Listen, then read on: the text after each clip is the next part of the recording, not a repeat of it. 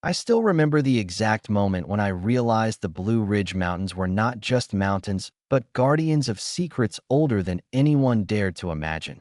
It was March 14th, 2019, around 6:30 a.m., and the sun had barely started painting the peaks with a pale golden light. I had driven up from Asheville in my old Jeep Cherokee, the roads still slick from an overnight drizzle, and I was chasing a story my grandfather had whispered about for decades. A story of an invisible presence that locals called the Whisperer of the Ridge, a name they barely spoke aloud, but one that sent shivers through me as a child. Every time he recounted tales by the fireplace, I laughed it off then, thinking it was just a mountain myth meant to scare kids. But as I navigated the winding curves of the Blue Ridge Parkway, I felt a different energy, something that pulsed in rhythm with the wind rustling through the dense oak and hickory trees, the air thick with the scent of damp earth and pine. I parked near an old trailhead marked by a faded wooden sign reading Hollow's End Trail, the letters chipped and weather-worn, and I should have felt relief stepping onto the path. But instead, a chill ran down my spine, a kind that had nothing to do with the cold March air. My recorder was ready, my camera charged, and yet every instinct screamed that this was not a story to be told lightly. As I walked deeper into the forest, the mist curled around the trees like ghostly fingers, and I started hearing it. The faintest murmur, almost like a chorus of voices just beyond comprehension. I froze, thinking it was the wind, until the whispers grew clearer, forming fragmented words that seemed to echo my own thoughts. I called out, "Hello," but no reply came except for a strange resonance, like the mountains themselves had inhaled my voice and were considering whether to respond. I remembered a journal entry from my grandfather, dated June 2nd, 1967, where he described a similar sensation, the way the air seemed thick with anticipation and how shadows moved at the corner of his vision without source. It was almost impossible to believe, yet here I was, experiencing the same sensation 52 years later. I pressed onward, following the trail as it narrowed, the ground damp and soft beneath my boots, the forest alive with the sound of birds awakening. Yet I couldn't shake the feeling that I was being watched. The whisperer, if it existed, did not reveal itself easily. It preferred subtleties, the brushing of a branch when no breeze was present, the faint impression of movement behind the thick trunks. The locals in Asheville had warned me about taking the Hollow's End Trail alone, telling stories of hikers who became lost only to reappear hours later, disoriented and pale, their memories fragmented. It was said that some never returned, disappearing into the folds of the mountains as if swallowed by the terrain itself. I was no stranger to hiking alone, but a creeping doubt took root in me, the kind that grew silently and threatened to consume rational thought. I pulled my jacket tighter around me, the fabric damp with morning dew, and forced my mind to focus on the tangible. The map, the trail markers, the steady crunch of leaves underfoot. Yet every few steps, the whispers seemed to respond to my own mutterings, repeating my words in distorted, almost mocking tones. "Why are you here?" They seemed to ask. "What do you seek?" And I realized I had no answer beyond a curious obsession that had haunted me since childhood, the kind of obsession that ignored logic and embraced the unknown. I took a deep breath, trying to steady myself, telling myself that the mind plays tricks in solitude, that sound and shadow are easily misinterpreted. But deep down, I knew something was different about these mountains, the kind of difference that could not be captured in photos or recordings. It demanded presence, it demanded witness, and as I climbed higher, the trail twisted through a section of thick hemlock trees, their trunks gnarled and ancient, their branches like skeletal fingers reaching toward the sky. I came across a small clearing with a shallow stream, and for a brief moment, the forest fell silent, the kind of silence that presses against the ears and heart simultaneously. I knelt by the water, peering into its reflective surface, and saw something that made my stomach lurch. Not a reflection of myself, but a shadow that moved independently, lurking just beyond the edges of light. I blinked, hoping it was a trick of the early sun, yet when I looked again, it remained shifting with purpose. The same shadow my grandfather described as the watcher at the ridge. It neither approached nor fled, merely observed. And in that instant, I understood that the mountains themselves were alive in a way that defied explanation, holding memories, presences, echoes of events that had occurred long before I was born. And as the whispers returned, now layered and more insistent, I felt an unshakable sense that my arrival here had been anticipated, that the mountains had been waiting for someone like me. Someone curious, someone willing to confront the subtle, intangible. The unexplained. I rose from the stream, my boots muddy, my heart racing, and pressed onward, deeper into Hollow's End Trail, drawn by a combination of fear and fascination. The legend of the Whisperer of the Ridge no longer seemed like a bedtime story, but a living reality, its tendrils wrapping around the edges of my perception, pulling me forward with promises of discovery and warnings of danger. And as I walked, I thought about the countless hikers who had passed this way before me, some bold, some foolish, some never seen again, their experiences woven into the fabric of the mountains, and I knew that whatever lay ahead, the story my grandfather had begun telling in hushed tones by the fireplace was far from finished. It was alive, waiting, and it was about to become my story too. The moment I stepped deeper into the forest, the sense of being watched intensified. It was March 14th, 2019, still early morning, and the mist thickened, curling around my legs like ghostly serpents. I could barely see the trail ahead, only vague outlines of twisted trunks and moss-covered rocks. Every sound, the snapping of a twig, the distant gurgle of a stream, seemed amplified, yet oddly muted at the same time. As if the forest was choosing what to reveal and what to conceal, I reached a point where the trail split, one path descending sharply into a ravine, the other winding up a series of jagged rocks that formed a natural staircase. The map indicated both routes led to the same summit eventually, but instinct told me the higher path was the one meant for me. The Whisperer, or whatever presence lingered here, seemed to favor elevation. The air grew colder as I climbed, and with each step, the whispers returned, now forming near-coherent phrases, soft and insistent. You are not alone. Follow where it bends. Listen. I stopped, straining to make sense of the voices, but the words were fleeting, like smoke slipping through fingers. I tried to focus on the tangible, examining the rocks and roots, yet something pulled my attention elsewhere. A glimmer in the shadows, the faint glint of eyes that weren't human but somehow aware. I pressed onward, compelled by curiosity that outweighed caution, and as I ascended, I noticed unusual formations in the trees, bark carved, with symbols, circular patterns that seemed deliberate, though weathered by decades. They were subtle, easy to miss unless one was paying close attention. I ran my hand over one symbol, a circle intertwined with lines like branches of a tree, and felt a vibration, faint at first, then stronger, like a heartbeat echoing through the soil. I pulled back instinctively, suddenly aware of a presence nearby, not threatening, but intensely focused. I whispered, "Is anyone there?" And the wind carried my words back to me, distorted, layered, as if multiple voices responded at once. The hair on my arm stood on end, and I realized I was no longer simply walking through the forest. I was inside the consciousness of the mountains themselves, or perhaps the consciousness of something older that had made these mountains its home. The trail twisted again, leading to a narrow ridge with sheer drops on either side. The fog made it nearly impossible to judge depth or distance. Every step was deliberate, careful, yet I felt an inexplicable pull forward, and then I heard it. A low, melodic hum, resonating from somewhere beyond the fog. Not mechanical, not animal, but alive. It vibrated in my chest and teeth, an almost physical insistence that demanded my attention. I tried to locate the source, scanning the fog-dense ridges, and caught sight of movement, shadows flitting between trees, too fluid to be animals, too deliberate to be figments of imagination. I stopped and closed my eyes for a moment, breathing slowly, counting to 10, trying to ground myself. When I opened them, The shadows seemed to coalesce into shapes, vaguely human in outline, but distorted, shifting, disappearing when I blinked.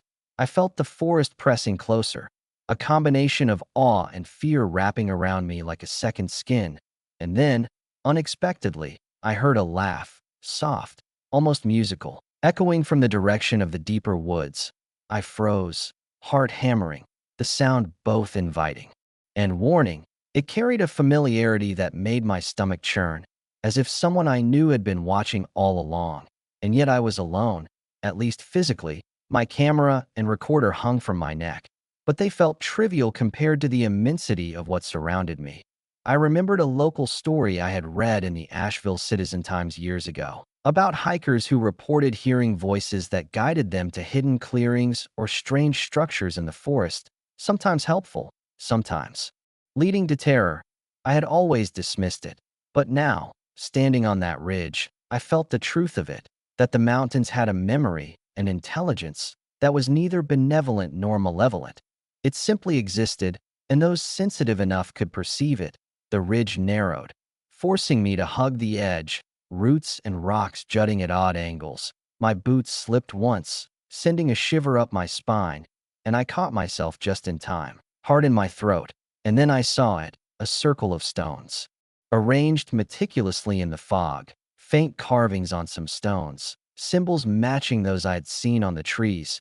The hum grew louder here, almost unbearably so, vibrating through my ears and bones. I knelt beside one stone, tracing the carvings with fingers trembling, feeling a connection I could not explain, a pulse of energy, rhythmic, steady, like the mountains themselves were breathing through this circle. And I understood, with a sudden clarity that terrified me, that this was a place of convergence, a locus where presence met presence, where stories, whispers, and memory intertwined.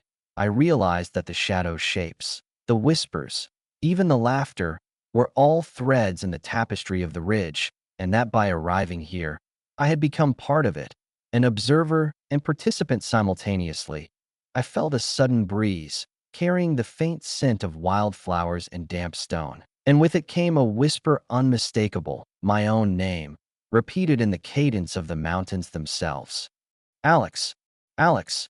I froze, unsure whether to respond, my mind racing, the hum peaking and then fading, leaving only the echoes of my own breathing. I realized I was at the heart of something far larger than a legend, a truth hidden in plain sight, the kind of truth that could not be fully communicated, only experienced. And as I rose from the stone circle, the fog beginning to thin with the approaching sun, I knew that what lay ahead, the summit, the path forward, would bring me closer to the answers, yet also deeper into mystery. The mountains had spoken, and I had listened, but the dialogue was far from over.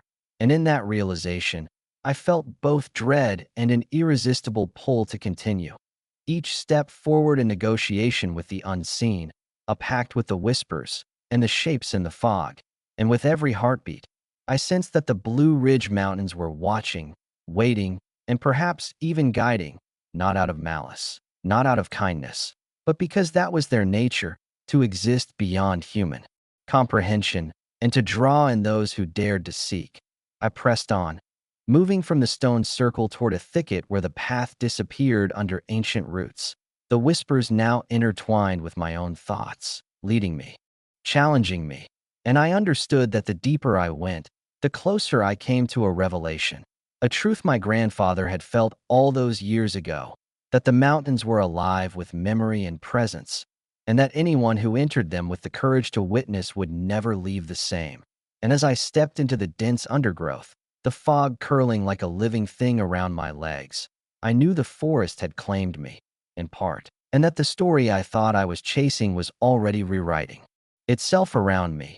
Each whisper, each shadow, each carved stone a note in a melody that had played for centuries, and I could only follow, entranced, terrified, and completely awake to the rhythm of the ridge. As I pushed through the thick tangle of roots and low-hanging branches, the sense of the mountain's awareness became almost unbearable. It was March 14th, 2019, late morning now, and the fog had thinned enough to reveal jagged cliffs that fell sharply on either side. Yet the forest still hummed with an intensity one couldn't name. The whispers returned, louder, almost urgent, layering one over another in a symphony of incomprehensible voices. I felt my pulse sync with them, every heartbeat echoing in the stones beneath my feet. I came to a ledge where the trail vanished entirely. A sheer drop of 50 feet loomed before me. Yet beyond it, I glimpsed a continuation of the path, faint, almost ethereal, winding through mist and moss as if it had been carved by the mountains themselves. I hesitated, knowing any misstep could be fatal, yet the pull forward was irresistible. I took a deep breath and edged along the narrow ridge, fingers gripping roots and rocks, the fog wrapping around me like a living cloak. And then I saw them, shadows standing among the trees at the ridge's edge, motionless yet unmistakably aware of me. Human-like in form but elongated, distorted, as though seen through water. My breath caught, and for a moment, I considered turning back. Yet some part of me, the part that had followed my grandfather's stories for decades, told me to proceed, to see what the ridge wished to reveal. The whispers coalesced into a coherent sentence, clear and direct. Step forward, they urged, and I obeyed, placing my foot carefully on the edge, the rock slippery with dew, feeling the drop beneath me. Yet somehow, the mountain seemed to cradle my weight, guiding me safely.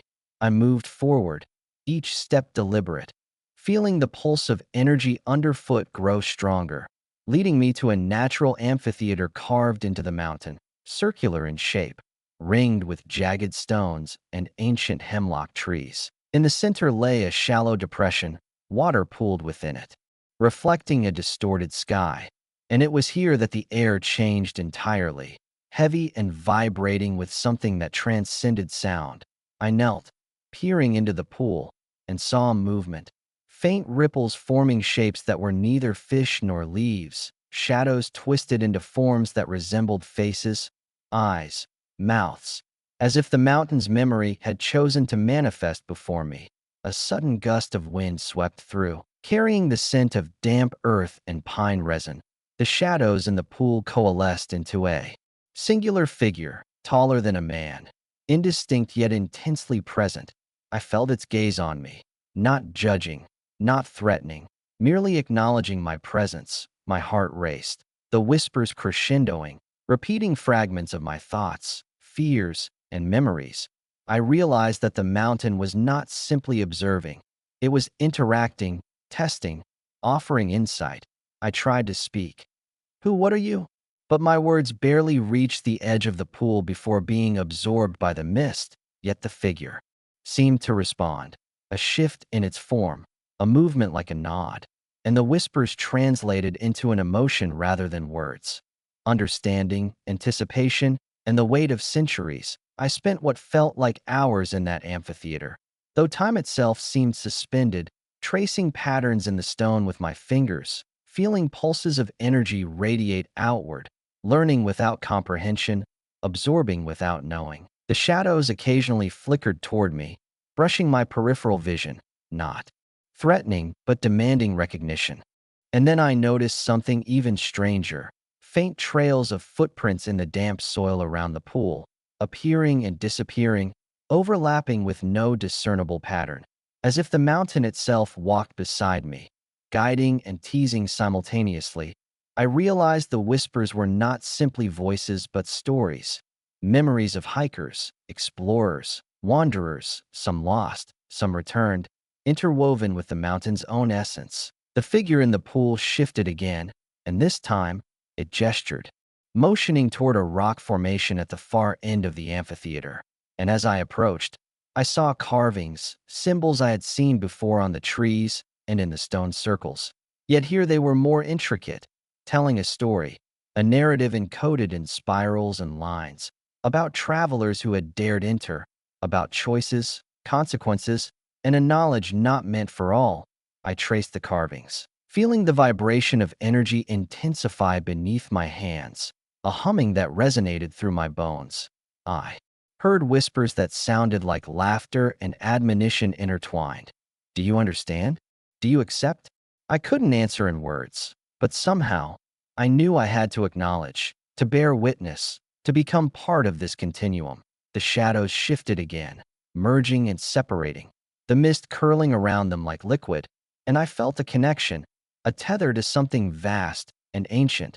I sensed the ridge itself remembering, responding, adapting to my presence. Every instinct screamed awe, and every nerve screamed fear. Yet I was compelled to remain, to absorb, to witness. And then, as the sun broke, fully through the fog, illuminating the amphitheater in pale light, the figure in the pool began to dissolve, dispersing into ripples, shadows, and whispers, leaving behind only the hum in the air, the carved stones, and the memory of its presence. I sat, trembling, heart pounding, feeling both emptiness and fullness, a sense of completion mixed with the knowledge that this was only one part of a much larger story. The ridge had allowed me into its secret, shown me the pulse beneath the surface. And in doing so, it had changed me irrevocably. I lingered there, hesitant to move, afraid to break the fragile connection, yet knowing I must continue. For the mountain's story did not end at the amphitheater.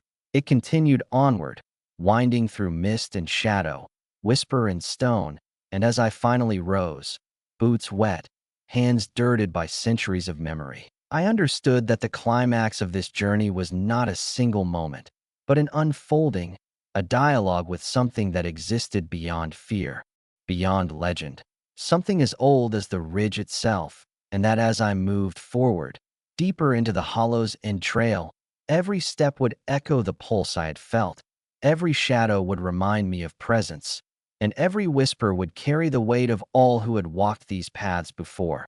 The mountains had revealed a truth, not easily comprehensible, yet undeniable, and I was now entwined with it, a witness and participant in a continuum of mystery that had spanned generations. And in that realization, I felt a shiver of both terror and elation, knowing that the final revelation, the resolution of this encounter, awaited me still, somewhere beyond the next bend, the next ridge, the next whisper, and that the story my grandfather had begun telling in hushed tones, the story of the whisperer of the ridge, had reached its crescendo, yet the echo would follow me forever. As I continued along the winding Hollow's End trail, the sun climbed higher, dispersing the morning fog, but leaving a lingering haze that made the forest feel both familiar and alien. It was still March 14th, 2019, and the mountains seemed to breathe around me, each gust of wind carrying whispers and echoes of events long past. I felt the weight of what I had experienced at the amphitheater pressing on me. A mixture of exhilaration and dread, my mind raced to comprehend the encounter. The carvings, the shadows, the humming pulse that had vibrated through my very bones, and yet no logical explanation sufficed. I realized then that the legend my grandfather had shared, the whisperer of the ridge, was not a single entity, not a simple haunting, but a network of consciousness embedded in the mountains, memories and presences layered like sediment over centuries. The trail began to descend gradually, leading me into a dense grove of hemlock and maple, sunlight filtering through in thin golden beams, and as I moved, I noticed small signs that had escaped me before, subtle depressions in the soil where someone, or something, had walked before me, faint scratches on rocks forming patterns that my grandfather would have recognized. I felt a strange kinship, as if the mountains were acknowledging that I had seen, had participated, had witnessed, and in doing so, had become part of the ongoing narrative. My recorder, which I had barely touched since the amphitheater, began picking up faint sounds, whispers interlaced with my own breathing. Though playback later revealed nothing intelligible, it was as if the forest's memory existed only in the present moment, fleeting and intangible. I paused by a small brook that shimmered with early sunlight, peering into the water, and again, I saw shadows move beneath the surface, not malicious, not threatening, merely present, like reflections of the mountain's consciousness observing me. I crouched, reaching toward the water, and the ripple shifted, forming a fleeting image. My grandfather, younger, standing at the same spot decades ago, smiling faintly, nodding, acknowledging that I had found the place he had only described in stories. A profound sense of connection washed over me. The legends were no longer distant tales but living experiences transmitted through whispers, stone, and shadow. I rose, continuing the trail, and as I emerged from the dense grove, the landscape opened onto a panoramic view of the Blue Ridge peaks stretching endlessly, the mist lingering in valleys like drifting spirits. I felt simultaneously small and integral to the mountains, the whispers now quiet, more like a gentle presence than a chorus. The weight of their gaze softened, and I understood that what I had seen was a gift, a challenge, and a lesson all at once. Yet I could not escape the knowledge that I had been irrevocably changed. The mountains had imprinted themselves upon me, their secrets entwined with my memory. I thought about the hikers who had disappeared, the stories that had frightened locals for decades, and I realized that not all were lost. Some had simply become part of the continuum, absorbed into the fabric of the ridge, and I understood, with a chill, that was not fear but awareness, that I was now one of the witnesses, tasked with carrying this knowledge responsibly, to honor the mountain's ancient consciousness without claiming mastery over it. As I began my descent toward the parking area where I had left my Jeep, the sun now fully illuminating the trail, the forest seemed almost ordinary, yet I knew better. Every tree, every rock, every whisper had a depth beyond comprehension, and I sensed that anyone entering these mountains alone, with curiosity and courage, might experience the same awakening, a dialogue with the unseen that the ridge had orchestrated over centuries. The journey down was quiet, the hums and whispers fading gradually, leaving only memory and the faintest echoes of the pulse I had felt at the amphitheater.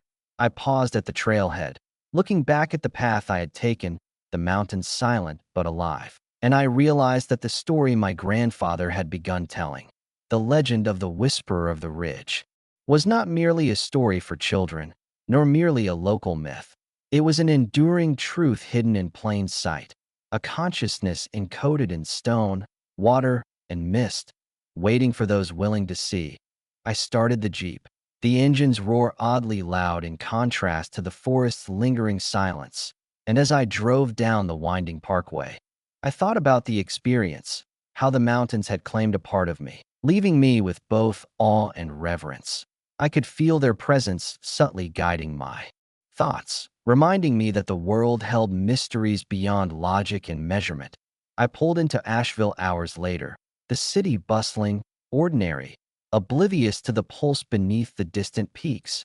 Yet I carried it with me, the whispers, the shadows, the carvings, the amphitheater, the gentle nod of my grandfather's image in the pool, all etched into memory, and I knew that one day I might return, drawn once again by the rhythm of the ridge, to walk the Hollow's End Trail, to witness, to listen, to honor the secrets of the Blue Ridge Mountains, and perhaps to understand just a little more of the consciousness that had been waiting for me, watching, testing, and ultimately allowing me to bear witness, for the mountains were not merely a place, nor merely a legend, but a living, breathing archive of presence and memory, and I had been granted passage, forever changed, forever part of their enduring story.